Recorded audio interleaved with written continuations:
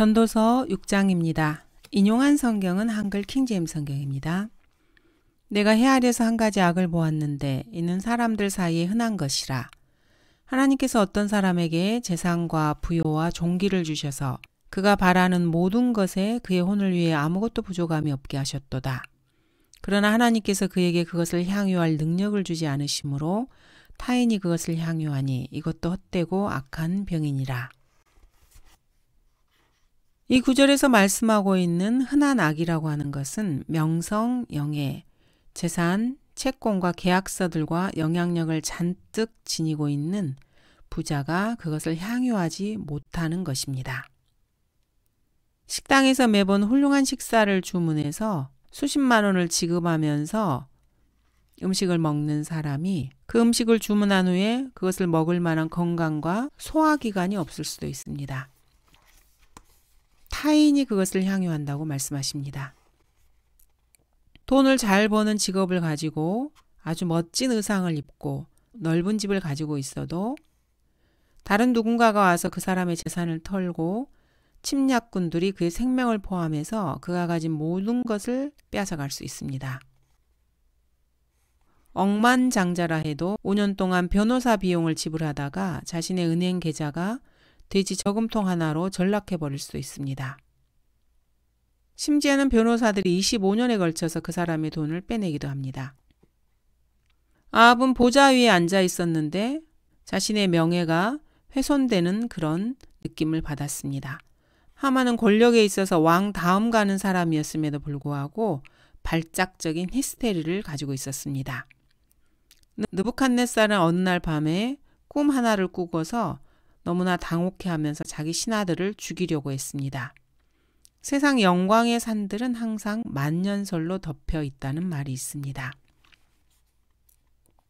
프랭크 시나트라는 자신의 인생의 마지막 10년을 이런저런 칵테일 파티 자리에서 어슬렁거리면서 손에 유리잔을 들고 허공을 응시한 채 공원 벤치에 앉아 불황자 마냥 중얼거리면서 보내기도 했습니다. 1년에 1,500만 달러 이상을 벌었는데도 말입니다. 시골 농촌에서 하찮은 일을 하고 하찮은 것을 먹고 마시면서 그 사람들보다 삶에 대한 간조를 더 많이 배우고 얻어내는 사람들도 있습니다. 삶을 향유할 능력은 하나님께로부터 오는 것입니다. 이 세상에 있는 부유한 자들에게 명하여 마음이 교만해지지 말고 불확실한 재물을 신뢰하지 말며 오직 우리에게 모든 것을 풍요하게 주셔서 향유케 하시는 살아계신 하나님을 신뢰하라고 하라. 디모데전서 6장 17절입니다. 물질을 향유케 하시는 분은 하나님이십니다. 러크만 목사님 역시 하나님께서 주신 인생을 향유하기도 하셨습니다. 억만장자가 할 수 있는 것 이상으로 하나님께서 러크만 목사님께서 삶을 향유할 능력을 주셨던 것입니다. 이것은 러크만 목사님의 자서전 썩지 않을 면류관에 잘 나와 있습니다. 목사님은 71살에 스케이트를 타고 하키 경기에 나가서 골문을 지키는 즐거움을 누리셨습니다. 스케이트를 처음 탄 다음에 12년 동안 800번 넘게 경기를 하면서 결국에는 골키퍼 역할까지도 하셨습니다. 러커만 목사님은 충분히 자신의 삶을 누리셨습니다. 하나님의 사역을 하면서 집 3채와 교회 건물 3채, 자동차 17대의 대금을 치렀고 자녀 10명을 길러냈고 그 중에서 그 자녀들 중에서 술이나 마약을 하는 아이들은 하나도 없었습니다. 그리고 그 자녀들 모두 성경을 하나님의 말씀으로 다 믿는 자녀들입니다. 그러면서도 8,000명 이상을 구령할 수 있게 해주셨고 200명이 넘는 젊은이들을 설교하도록 부르는데 쓰임받기도 하셨습니다. 목사님은 60년 동안 매년 거의 아무런 세상 걱정도 괴로움도 불평도 없이 지내기도 하셨습니다. 물론 예외는 있습니다. 목사님은 자신의 일생 중에 단 한 주도 거쳐 쓰고 싶지 않다고 고백하십니다. 부유한 사람들 중에서 정직하게 그렇게 말하는 사람은 없을 것입니다. 이는 주를 기뻐함이 너희의 힘이기 때문이라고 성경은 말씀하십니다. 3절부터 보도록 하겠습니다. 만일 사람이 100자녀를 낳고 여러 해를 살며 그의 연수가 많을지라도 그의 혼이 낙으로 채워지지 못하고 또 그가 장사되지 못한다면 내가 말하노니 낙태된 자가 그보다 나으니라. 이는 그가 헛되이 왔다가 어두움 속에서 떠나니 그의 이름이 어두움에 덮일 것임이라. 더군다나 그는 해를 보지 못하였고 아무것도 알지 못했으니 이 자가 다른 이보다 더 편안하니라. 내부 사정이 좋지 않으면 외부 사정도 모두 좋지 않게 됩니다. 그가 예루살렘 성문들 너머로 끌려가 던져져서 나귀와 같이 매장되리라. 에레미야서 22장 19절 말씀입니다. 구약의 유대인들은 명예롭게 장사되는 것을 아주 중요시 여겼습니다. 전도서 2:9절에 따르면은 그의 혼이 낙으로 채워지지 못하면은 장수하고 자녀를 많이 낳는 것도 행복이나 성공을 보장해주지 못한다고 말씀하십니다. 혼이 악으로 가득한 악인이라면은 그의 지위는 무가치한 것입니다. 하나님께서 몸을 위해 주신 것을 혼이 향유할 수 없다면은 이 역시 그 사람의 지위는 무가치한 것입니다. 그런 사람을 낙태된 자와 비교하고 있습니다. 4절에서 그가 헛되이 왔다가 어두움 속에서 떠난다고 됐는데 이것은 낙태된 자를 말하는 것입니다. 낙태된 아기는 햇빛을 보지 못했고 또 아무 일도 알지 못했기 때문에 다른 사람보다 더 편안한 것입니다. 6절부터 보겠습니다. 정녕 그가 1000년에 2배를 산다 해도 그가 아무런 낙을 누리지 못하였으니 모두가 한 곳으로 가지 않느냐. 사람의 모든 수고는 자기 입을 위한 것이지만 식욕은 채워지지 않는도다. 현명한 사람이 어리석은 사람보다 더 가진 것이 무엇이냐.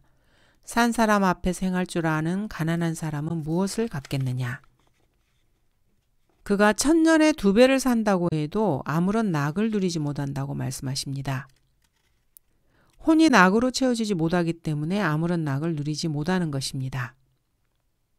5장 17절에서 그가 또한 평생을 어두움 속에서 먹는다고 말씀하셨는데 여기서 말씀하신 바로 그 어두움입니다. 이 부자는 재물을 자신의 신으로 삼았지만은 재물을 모은 후에 그것을 향유할 수가 없었습니다. 이런 부자 역시 낙태된 자가 가는 곳으로 가게 되는 것입니다. 즉 어두움입니다. 욥기 3장 16절부터 20절과 이 구절을 한번 비교해 보도록 하겠습니다. 남모르게 유산된 것 같이 내가 있지도 아니하여 빛을 보지 못한 아기들 같았을 것이라. 거기는 악한 자의 고통이 그치며 거기는 빈곤한 자가 평안을 얻게 되고 거기서는 갇힌 자들이 함께 쉬며 압제자 음성을 듣지 아니하는도다. 작은 자와 큰 자가 거기 있으며 종이 자기 주인에게서 놓였도다. 어찌하여 불행에 처한 자에게 빛을 주시며 혼이 쓰라린 자에게 생명을 주시는 거라고 말씀하십니다. 이 구절은 욥기의 위대한 품질 보증 마크라고 할 수 있습니다. 인생에 대해서 조금이나마 생각한 사람들에게는 그렇습니다. 7절에 사람의 모든 수고가 자기 입을 위한 것이지만 식욕이 채워지지 않는다는 이 말씀은 이 땅에 살고 있는 모든 사람의 인생에 대해서 아주 기본적인 사실을 말씀하고 있습니다. 입은 삶과 죽음의 수단입니다. 이것은 절대적인 진리이며 전혀 상대적이지 않습니다. 인간의 고생은 입에서 시작되었습니다. 입 때문에 이브의 고생이 시작된 것입니다. 먹는다는 표현은 창세기 3장에서 17번 나오는데 다른 모든 종교들의 소위 경전이라는 것들 가운데서는 전혀 유례가 없는 일이라고 할 수 있습니다. 성경적 그리스도인 신앙이 이 땅에 있는 다른 모든 종교들과 완전히 다르다는 증거가 바로 창세기 3장뿐이었다고 말해도 아마 그것으로도 충분할 것입니다. 어떻게 해서 종교적인 책이 입속에 뭔가를 넣는 것으로 시작된단 말입니까? 탈무드나 다른 종교 서적은 그렇지 않습니다. 악마적인 것이든 그렇지 않은 것이든 마술에 관한 모든 책들 역시 마찬가지로 먹는 것으로 시작하지 않습니다. 몰몬경도 마찬가지이고 불경도 마찬가지입니다. 이런 면에서 성경은 참으로 이상한 책이라고 할 수 있습니다. 먹는다는 말씀이 계속해서 등장하기 때문입니다. 사람의 모든 수고는 자기 입을 위한 것이지만 인간은 살기 위해서 일하고 먹음으로써 살게 됩니다. 죽는 것과 사는 것이 혀의 온세에 있나니 혀를 사랑하는 자는 그 열매를 먹는다고 말씀하십니다. 입과 혀는 사람이 살거나 죽는 수단입니다. 이와 같이 혀도 작은 지체지만 큰 일들을 자랑하느니라. 보라, 작은 불이 얼마나 큰 것을 태우는가. 혀는 불이요 죄악의 세상이라. 그처럼 혀는 우리 지체들 가운데 있으면서 온 몸을 더럽히며 또 일생을 불태우나니 곧 지옥의 불에서 태우느니라. 혀로 인해서 인간은 지옥의 불에서 불타게 된 것입니다. 그러나 이 혀로 인간이 다시 살 수도 있습니다. 내가 내 입으로 주 예수를 시인하고 또 하나님께서 그를 죽은 자들로부터 살리신 것을 내 마음에 믿으면 구원을 받으리라. 이는 사람이 마음으로 믿어 의에 이르고 입으로 고백하여 구원에 이르기 때문이라. 입으로 올바로 쓰면은 구원받을 수 있습니다. 인간이 죽는 이유는 입에 넣는 모든 것이 땅에서 나오기 때문입니다. 창세기 3장에서 하나님께서 땅을 저주하셨기 때문입니다. 그리고 이 저주받은 땅에서 인간은 자신의 모든 먹을 것을 얻는 것입니다. 그 사람의 종교가 무엇이든지 불가지론자든지 무신론자든지 범신론자든지 아니면 유대교나 카톨릭교도 마호메트교, 무정부주의자, 허무주의자, 불교도들을 속박하고 있는 절대적인 진리가 바로 그것입니다. 인간이 이루어냈다고 하는 6천년간의 과학적 진보 역시 인간에게 아무런 영향을 주지 못합니다.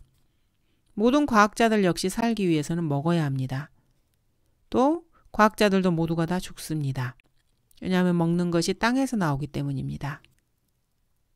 수세기 동안에 모든 사람들이 그랬던 것처럼 스스로 위대하고 종교적이라고 하는 사람들도 자신의 입을 위해서 수고합니다. 그렇지만 여전히 식욕은 채워지지 않습니다.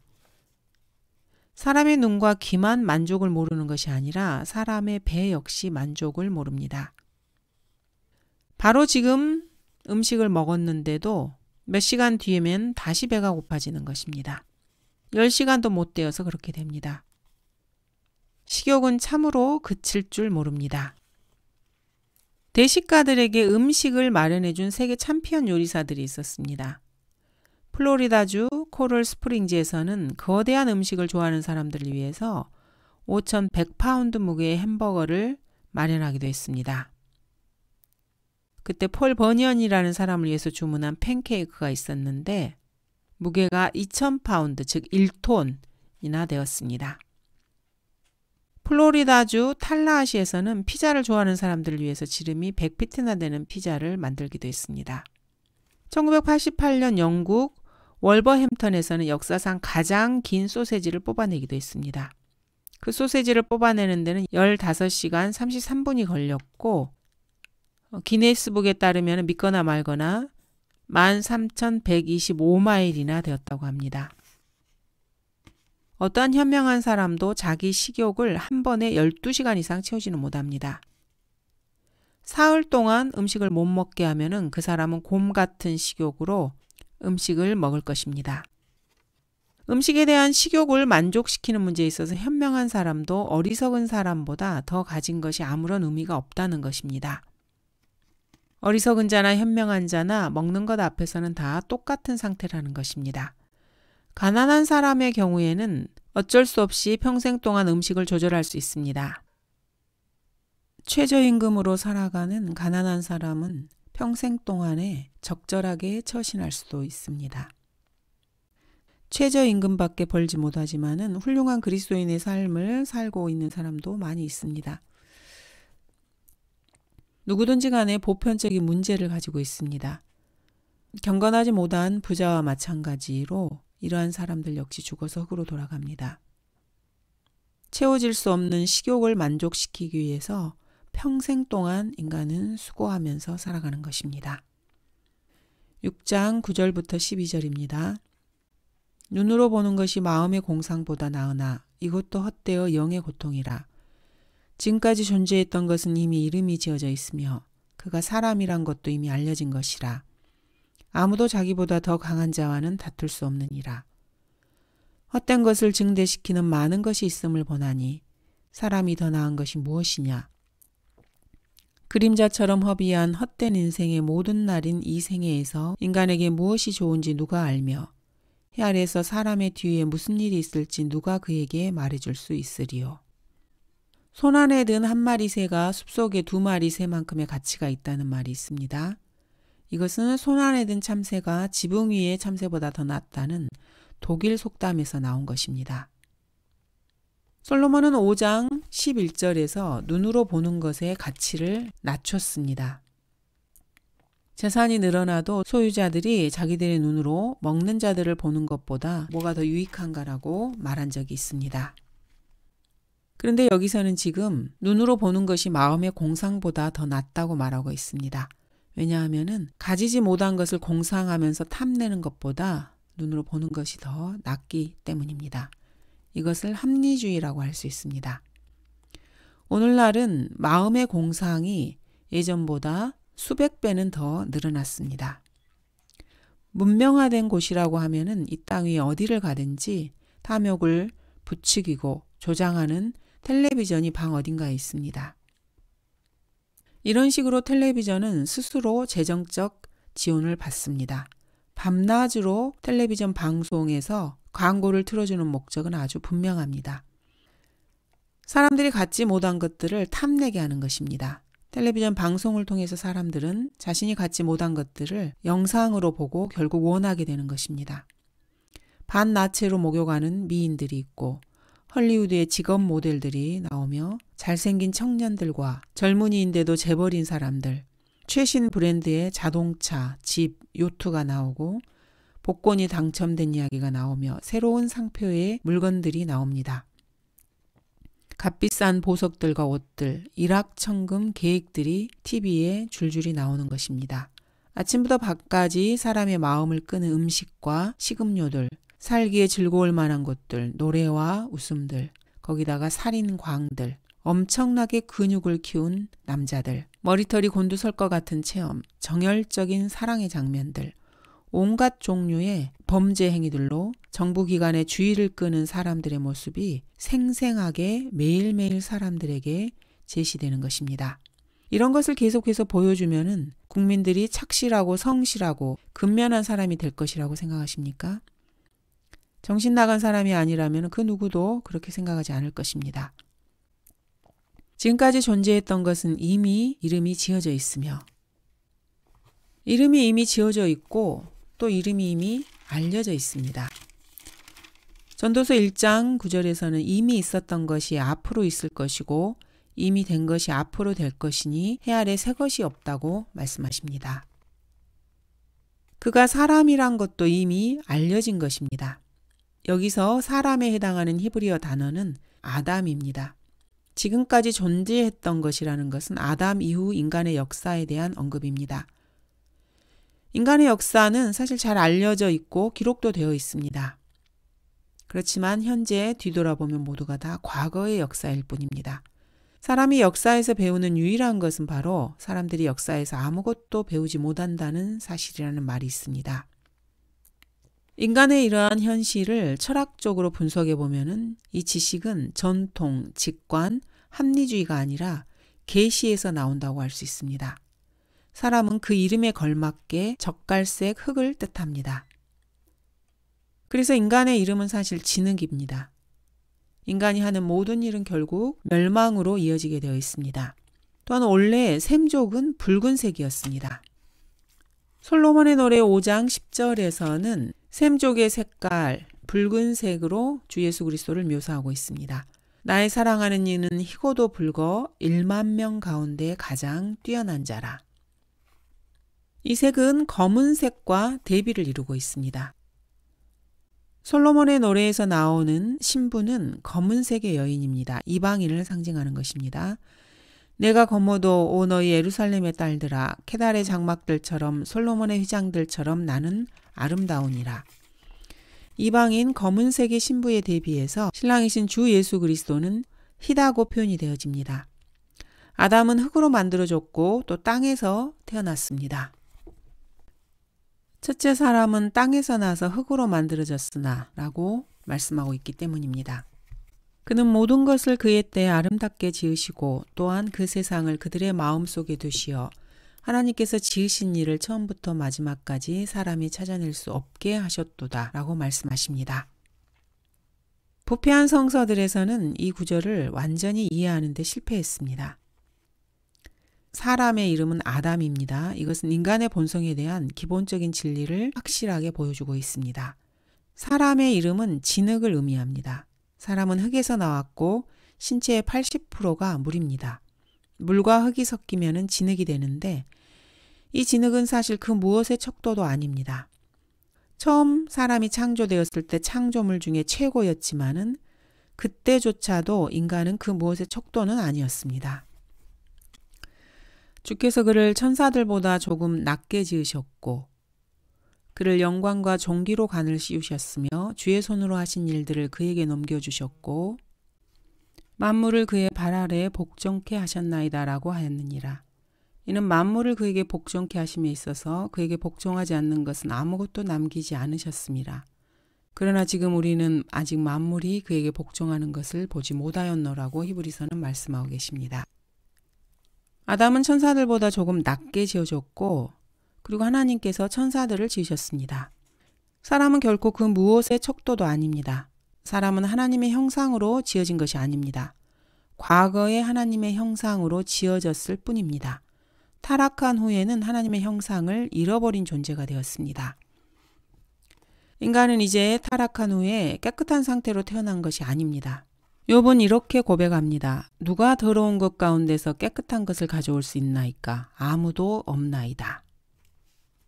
사람이 무엇이기에 깨끗하겠느냐? 여인에게서 태어난 자가 의로워질 수 있겠느냐? 여자에게서 태어난 자는 모두가 다 타락한 자들입니다. 인간이 첫 번째로 낳은 아이는 살인자 카인이었습니다. 그리고 이 카인은 악한 자에게서 난 자입니다. 사람을 창조하신 창조주께서 사람에 대해서 성경에서 제시하고 있는 바는 이 시대에 살아가고 있는 인간들이 인간에 대해서 이야기하고 있는 바는 완전히 정반대입니다. 20세기에는 1912년부터 1992년도까지만 계산을 해도 역사상 그 어떠한 300년 동안에 벌어진 전쟁보다도 더 많은 전쟁이 일어났습니다. 그러므로 이 20세기를 폭력의 세기라고 부르는 것은 당연합니다. 이미 알려진 것인데도 알지 못하는 바보들이 많이 있습니다. 텔레비전, 라디오 방송이나 의회, 신문, 잡지 편집자들, 국제연합이 내놓은 주장을 믿을 만큼 어리석은 자들로 가득합니다. 나는 그 일이 진실로 그러한 줄 알지만 어떻게 사람이 하나님과 더불어 의로우리요. 인간은 하나님과 다투어서는 결코 이길 수 없음을 분명히 밝히고 있습니다. 바울도 이에 대해서 아멘하고 화답합니다. 이는 하나님의 어리석음이 사람보다 더 지혜롭고 하나님의 연약함이 사람들보다 더 강하기 때문이라고 말씀하십니다. 심지어 하나님의 연약함이 사람의 강할 때보다도 더 강한 것입니다. 이렇게 자신의 존재를 모르는 인간들이 하나님께 덤벼드는데 이것은 참으로 어리석은 짓이라고 할 수 있습니다. 우리가 주를 질투하시게 하겠느냐? 우리가 주보다 강하냐고 바울은 반문하고 있습니다. 창조주 하나님보다 더 강한 인간이 어디에 있겠습니까? 욥은 마침내 하나님과 1대1로 마주대해서 하나님과 다툴 기회를 얻었습니다. 그때 욥은 물러나 베옷을 입고 재 속에서 회개한다고 고백합니다. 만약 사람이 그분과 논쟁한다면 천개 가운데 하나도 대답할 수 없으리라. 그런데 내가 감히 어찌 그분께 대답하겠으며 그분과 따지려고 내 말을 택하랴. 하나님 앞에서 현명한 인간의 태도라고 할 수 있습니다. 이미 이름이 지어져 있는 것을 살펴보면 별들도 그렇습니다. 주님께서는 이미 별들의 이름을 다 지어 놓으셨습니다. 그가 별들의 수를 헤아리시고 그들을 모두 그들의 이름으로 부르시는도다. 인간이 별들에게 붙여진 이름은 아마 잘못된 이름일 것이 분명합니다. 과학자들은 제2차 세계대전 이후까지 이것들을 찾아내지도 못했습니다.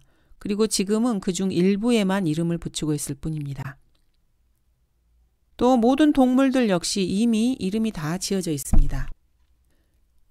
주 하나님께서 땅으로부터 들의 모든 짐승과 공중의 모든 새를 지으시고 아담이 어떻게 그들을 부르는가 보시려고 그들을 아담에게로 데려오시니 아담이 이 모든 생물을 무엇이라고 부르든지 그것이 그 이름이 되더라.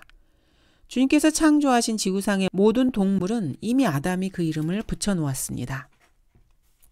만약 사람이 얼마 뒤에 수십 가지의 새로운 종을 발견하고 나서 그것들의 어떤 이름을 지금 붙여주면서 지금까지 존재했던 것은 이미 이름이 지어져 있다는 이 말씀을 반박하려고 한다 해도 그것은 별 의미가 없습니다. 이 어리석은 진화론자들의 뒷다리가 생기기도 전에 하나님께서는 별들에게 이미 이름을 다 붙여놓으셨습니다. 11절입니다. 헛된 것을 증대시키는 많은 것이 있음을 보나니 사람이 더 나은 것이 무엇이냐. 이 본문은 철학이 그 운명이 어떻게 될지를 다루고 있습니다.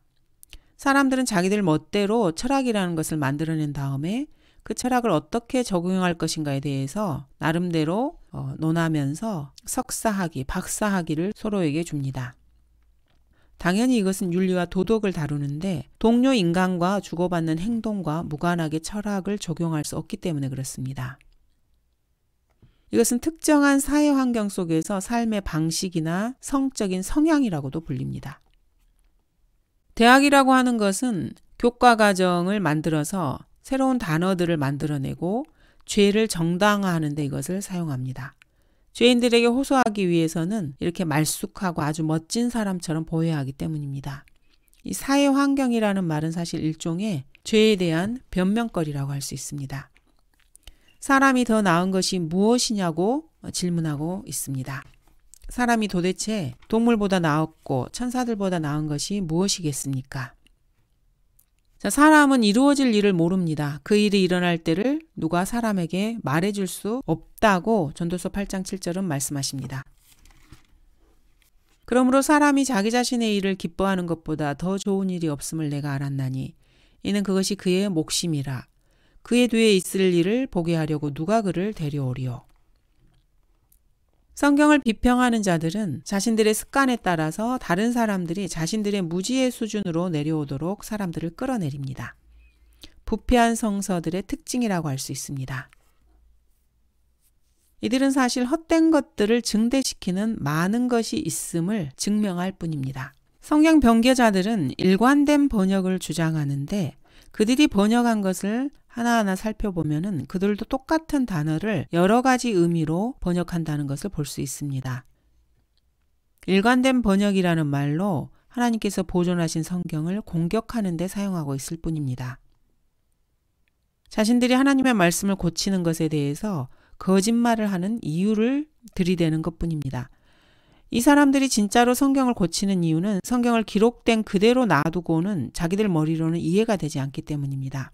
그래서 자신들이 이해할 만한 다른 표현들을 만들어내서 성경을 믿고자 하는 사람들을 자신들의 무지의 수준으로 끌어내리려고 하는 것입니다. 이것이 바로 AD 200년 이래로 성경을 부패시키는 이단들이 실행하고 있는 표준 처리 방식이라고 할 수 있습니다. 그러면서 이들은 보다 더 쉽고 온문에 가까운 성서라고 주장을 합니다. 이런 성서들은 많은 것을 빼버리고 또 많은 것들을 집어넣기도 합니다. 한국어 성경으로는 개역성경, 개역개정, 천주교에서 내놓은 공동번역, 그리고 최근에는 표준역과 흠정역을 그 예로 들 수 있습니다. 자, 여기 6장에서 언급된 주제는 것들이라는 것입니다. 열거된 항목들을 보면은 것들입니다. 헛된 것들을 증대시키는 것들이었습니다. 자, 재산을 얻은 후에 그것을 향유할 능력이 없는 것 역시 헛된 것이고 사람이 흙으로 돌아가 죽는 것 역시 헛된 것이며 영원히 채워지지 못하는 육체의 식욕 역시 헛된 것입니다. 사람이 자기 손에 넣을 수 없는 것들을 탐내고 마음으로 방황하는 것 역시 헛된 것이며 사람이 자신을 흙으로 지어내신 창조주 하나님과 아무리 다퉈도 하나님을 이길 능력이 없다는 것 역시 헛된 것입니다. 이것이 바로 헛된 것을 증대시키는 많은 것이라고 할 수 있습니다. 여기서는 많은 말들을 내뿜는 어떤 사람에 대해서 논의하고 있는 것이 아닙니다. 자, 그런데도 부패한 성서들 중에서는 더 많은 말들로 하나님과 논쟁하려는 인간의 노력을 언급하는 것이라고 주장하기도 합니다. 하지만 전혀 그렇지 않습니다. 인간이 성경에서 하나님과 논쟁하면은 단 1분도 말을 이어가지 못한 사람들을 많이 볼 수 있습니다.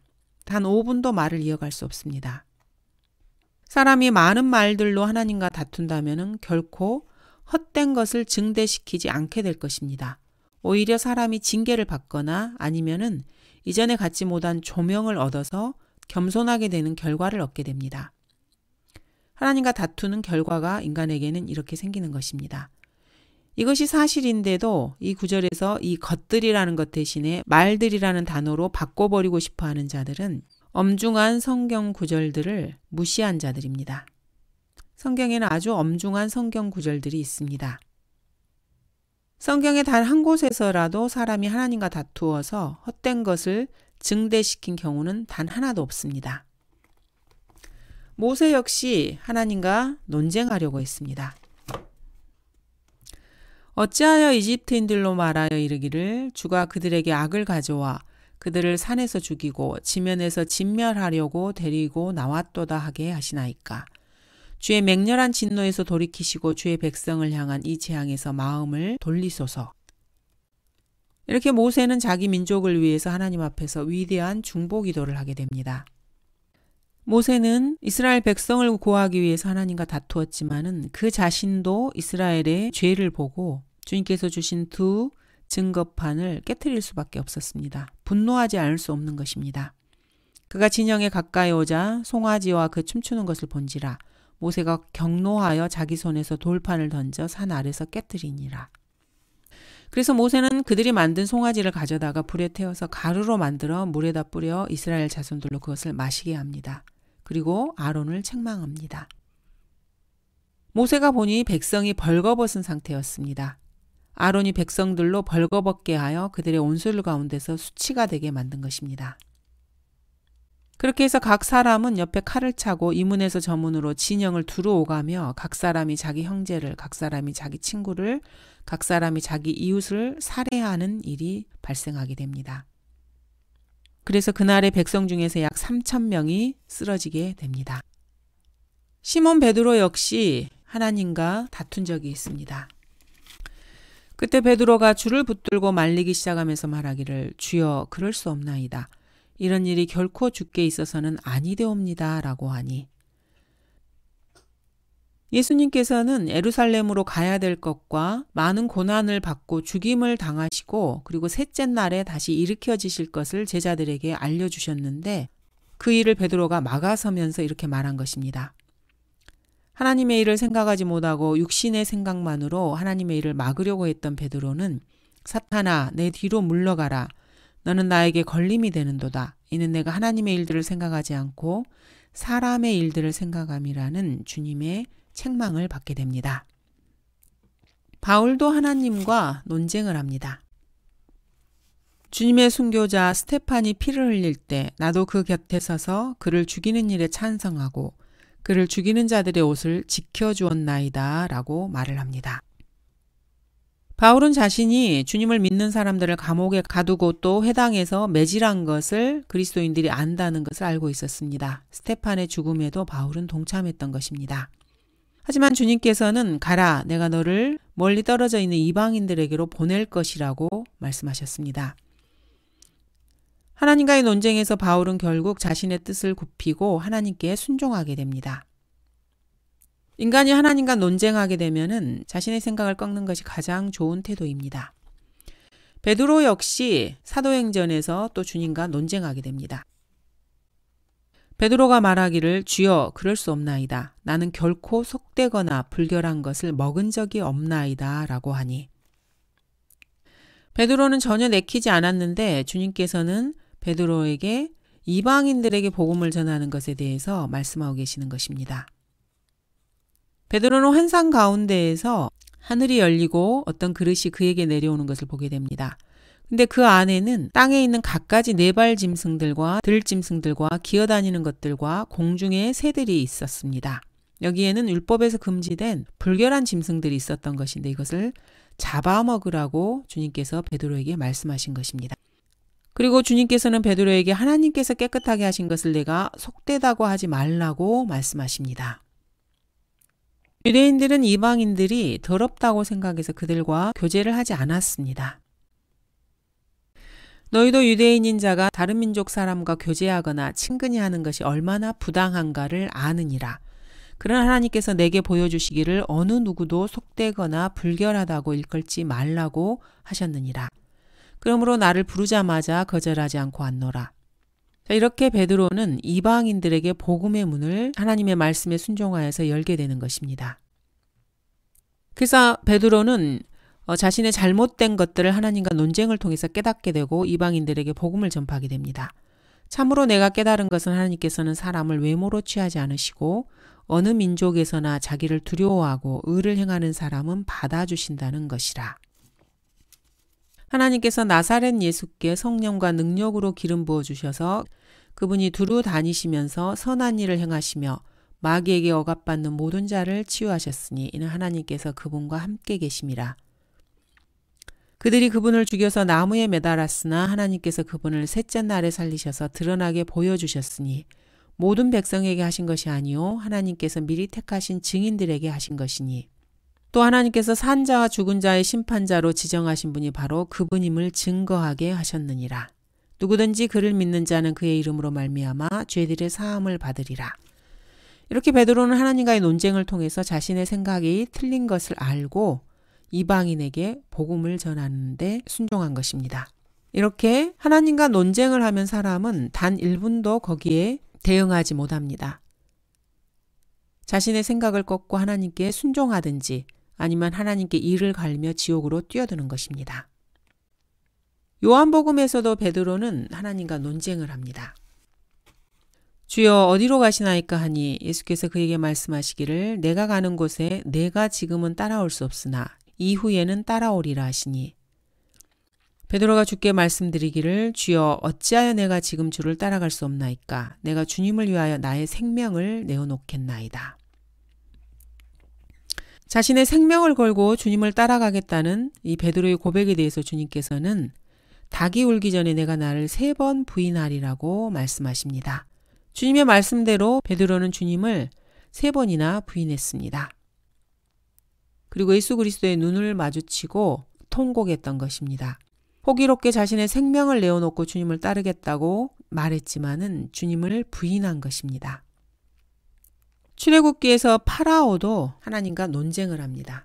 파라오가 말하기를 주가 누구기에 내가 그의 말을 복종하고 이스라엘을 보내겠느냐. 나는 주를 알지 못하며 또한 이스라엘로 가게 하지도 아니하리라. 일개 개미만 또 못한 인간이 창조주 하나님 앞에서 호기롭게 자신의 의사를 이렇게 표명했습니다. 하나님의 의지와 작은 인간의 의지가 서로 충돌하고 있습니다. 과연 누가 이길까요? 우리는 모두 다 그 결과를 잘 알고 있습니다. 파라오는 자신의 의지와 반해서 어쩔 수 없이 이스라엘을 놓아주게 되고 하나님께 대항한 죄로 결국에는 바닷물에 수장되고 맙니다. 하나님을 알지 못한다고 불가지론적 입장에서 당당하게 자신의 말을 고백했던 이 파라오는 이 시대에 스스로를 지성인이라고 여기는 모든 대학 교수들과 학자들의 고백과 같습니다. 이들은 모두가 다 하나님이 누구냐, 나는 그 말에 복종하지 않겠다, 나는 주를 알지 못한다 이렇게 말하는 사람들입니다. 그들의 결과 역시 파라오의 최후와 일맥상통하게 될 것입니다. 창세기 20장에서 아비멜렉 역시 하나님과 논쟁하게 됩니다. 그가 그녀는 나의 누이라고 나에게 말하지 않았나이까. 그녀 자신도 말하기를 그는 나의 오라비라 하였나이다. 나는 마음의 온전함과 내 손의 무죄함으로 이렇게 하였나이다 하더라. 아브라함이 사람을 두려워함으로 인해서 자신의 아내 사라에 대해서 그녀는 내 누이라 하면서 그랄 왕 아비멜렉에게 보내게 됩니다. 그래서 그 왕이 사라를 데려가게 된 것입니다. 하나님께서 개입하셔서 아비멜렉에게 오셔서 사라에게 손을 대지 말라고 이렇게 말을 합니다. 이에 대해서 아비멜렉이 주님께 이렇게 말을 한 것입니다. 주님께서는 그에게 내가 내 마음의 온전함 속에서 이 일을 행한 줄 안다고 말씀하시면서 그래서 내가 너를 막아서 죄를 짓지 못하게 하는 것이라고 말씀하십니다. 그래서 아비멜렉은 하나님 덕택에 죄를 짓는 것을 멈추게 되고 아브라함을 불러서 책망을 하게 됩니다. 성경 그 어디에도 사람이 하나님과 다퉈서 헛된 것을 증대시킨 경우는 없습니다. 그 사람이 바로잡히거나 죄를 중지하거나 올바르게 복음을 전파하거나 자기 자신의 정체성을 보고 하나님 앞에 납작 엎드리는 결과를 가져오게 되는 것입니다. 그런데도 성경을 부패시키는 자들은 자신들의 멋대로 자신의 생각을 성경에 주입하면서 헛된 것을 증대시키는 것이 아니고 말들이 증대된다고 바꿉니다. 성경에서 사람이 하나님과 다투면은 모세처럼 복을 얻든지 시몬 베드로처럼 겸손해지든지 파라오처럼 익사하게 되든지 아비멜렉처럼 몰랐던 무엇인가를 알게 되고 행동을 바로잡는 것입니다. 신구약 어디서든지 하나님과 여러 말로 다투면서 헛된 것을 증대시킨 경우는 결코 없습니다. 3만 구절이 넘는 구절 중에 단 한 구절도 없습니다. 과거 BC 1800년의 욥은 사람이 하나님과 다툴 수 있다는 것을 인식하고 있었습니다. 사람이 하나님과 다투면은 사람은 하나님께서 물으시는 질문에 대답할 수 없다는 것을 욥은 잘 알고 있었습니다. 이것이 바로 정확하게 신약에서 벌어진 일입니다. 이스라엘의 종교 지도자들은 예수 그리스도와 여러 번 다투었습니다. 하지만 그들은 아무 대답도 못하였습니다. 사람이 하나님과 다툴 수는 있지만은 그 동기가 올바르지 못하면 언제나 금방 야단맞고 쫓겨나게 됩니다. 주여 그럴 수 없나이다. 이러한 하나님과의 논쟁을 인간은 계속해서 합니다. 여러 가지 부패한 가짜 성서들 역시 그들이 뭐라고 하든지 간에 그들은 하나님과 다투는 자들이고 그들의 결말은 뻔합니다. 이들이 아무리 하나님과 다툰다 해도 헛된 것을 증대시키지 않습니다. 만일 너희가 너희를 사랑하는 자들을 사랑하면 무슨 상을 받으리요? 세리들도 그같이 아니하느냐? 주님께서는 천년왕국을 바라보고 있는 이스라엘 백성에게 산상설교에서 이렇게 말씀하십니다. 또 만일 너희가 너희의 형제들에게만 무난하면 다른 사람들보다 더 나은 것이 무엇이냐? 세리들도 그같이 아니하느냐? 주님의 이 말씀에 누가 감히 대답할 수 있겠습니까? 너희는 그들의 열매로 그들을 알게 되리니 사람이 가시나무에서 포도를 또 엉겅퀴에서 무화과를 거둘 수 있겠느냐? 주님은 거짓 선지자들을 조심하라고 제자들에게 말씀하십니다. 주께서 그들에게 말씀하시기를 오 너희 믿음이 적은 자들아 어찌하여 두려워하느냐 하시고 일어나서 바람과 바다를 꾸짖으시니 아주 조용해지더라. 제자들이 주님께 다가와서 주여 우리를 구하여 주옵소서 우리가 죽게 되었나이다 라고 주님과 다투는 것입니다. 이렇게 믿음이 적은 자들은 하나님께 책망을 받는 것입니다. 주님의 이 책망에 사람들이 무슨 말을 더할 수 있겠습니까? 믿음 없음을 고백하고 주님 앞에 겸손히 무릎 꿇고 하나님께 영광 돌리는 것뿐입니다. 주님께서는 또한 바리새인들과 종교 지도자들을 신랄하게 책망하십니다. 너희 뱀들아 독사들의 세대야 어떻게 너희가 지옥의 저주에서 피할 수 있겠느냐. 자신들의 조상의 때에 살았더라면 선지자들의 피를 흘리지 않았을 것이라고 생각하는 종교적 위선자들, 하나님과 다투고자 하는 자들에게 주님께서는 이렇게 저주를 퍼부으셨습니다. 또 종교 지도자들은 요한의 침례에 대해서도 주님과 다투고 싶어 했습니다. 요한의 침례가 어디에서 왔느냐? 하늘로부터 온 것이냐? 아니면 사람에게서 난 것이냐고 하시니 주님의 이 질문에 대해서 그들은 서로 의논했지만은 결국은 입을 다물 수밖에 없었습니다. 만일 우리가 하늘로부터라고 말하면 그가 우리에게 말하기를 그렇다면 어찌하여 너희는 그를 믿지 아니하였느냐고 할 것이요. 우리가 사람에게서라 말하면 모든 백성이 요한을 선지자로 여김으로 백성이 두렵도다 라고 하더니 그러면서 이들은 우리는 말하지 않겠다 라고 주님께 말을 합니다. 하나님과 논쟁하면서 주님께 흠을 찾으려고 했던 자들이 결국은 하나님 앞에서 입을 다물게 된 것입니다. 우리는 말하지 않겠다는 이 고백은 모든 고등교육을 받은 구원받지 못한 죄인들의 가장 크고 보편적인 불가지론적 고백이라고 할 수 있습니다. 이 땅의 모든 대학 교수들은 하나님께 이 말을 하는 자들입니다. 불가지론은 타락과 부정을 덮기 위해서 사용됩니다. 증인석 위에 불려나간 불가지론자가 기억이 안 납니다. 이렇게 말하는 것입니다. 말하지 않겠습니다. 침묵을 지킨다고 해서 그들의 죄가 없어지는 것은 아닙니다. 바리새인들은 세금에 대해서도 주님과 논쟁하고 싶어 했습니다. 그러나 그들이 무슨 말을 하든지 간에 주님께서는 한마디로 그들을 다 제압하셨습니다. 너희 유선자들아 어찌하여 너희가 나를 시험하느냐. 이 형상과 새겨진 글이 누구의 것이냐. 카이사의 것은 카이사에게, 하나님의 것은 하나님께 바치라고 그들의 입을 다 다물게 한 것입니다. 그리고 마지막으로 주님께서는 종교 지도자들에게 일격을 가하십니다. 그러므로 만일 다윗이 그를 주라 부른다면 어떻게 그가 다윗의 아들이 되겠느냐고 하시니 주님의 이 일격에 대해서 단 한마디도 대답할 수 있는 자가 없었습니다. 그리고 그날부터는 그들이 더 이상 주께 감히 묻지도 못했던 것입니다. 요한복음 18장에서 베드로는 칼을 빼내서 대제사장의 종을 쳐 그의 오른쪽 귀를 잘라버립니다. 주님께서는 이렇게 하나님의 의도와는 다르게 육신의 혈기로 행하는 베드로에게 내 칼을 칼집에 꽂으라. 내 아버지께서 내게 주시는 잔을 내가 마시지 아니하겠느냐라고 나무라십니다. 예수님을 붙잡으려고 온 관원들에게 주님께서는 만일 내가 잘못 말하였으면 잘못된 것에 대하여 증거를 대라. 그러나 내가 올바른 말을 했는데 어찌하여 내가 나를 치느냐고 말씀하십니다. 인간은 끊임없이 하나님과 다투고 싶어 합니다. 하지만 그 누구도 하나님의 말씀에 적절한 대답을 할 수 없습니다. 그 누구도 하나님과 다투어서는 이길 수 없습니다. 주위가 온통 헛된 것들로 둘러싸여 있다면 사람이 다른 것보다 어떻게 더 낫겠습니까? 이 생애에서 인간에게 무엇이 좋은지 누가 알리요? 하나님은 물론 잘 알고 계십니다. 전도서를 기록한 솔로몬도 잘 알고 있었습니다. 12장 결말에 이르기까지 지금 아끼고 있는 것입니다. 구약을 보면 사람이 하나님을 두려워하고 하나님의 계명을 지키는 것이 좋은 일입니다. 신약에서도 사람이 하나님을 두려워하고 그분의 계명을 지키는 것이 좋은 것입니다. 솔로몬 왕은 단지 자기가 설교하고 있는 대상인 불가지론자들에게 잠시 그냥 맞춰주는 척하고 있습니다.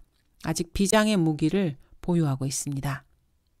그리고 다시 한번 반복되는 이야기를 합니다. 해 아래서 사람의 뒤에 무슨 일이 있을지 누가 그에게 말해줄 수 있으리요. 감사합니다.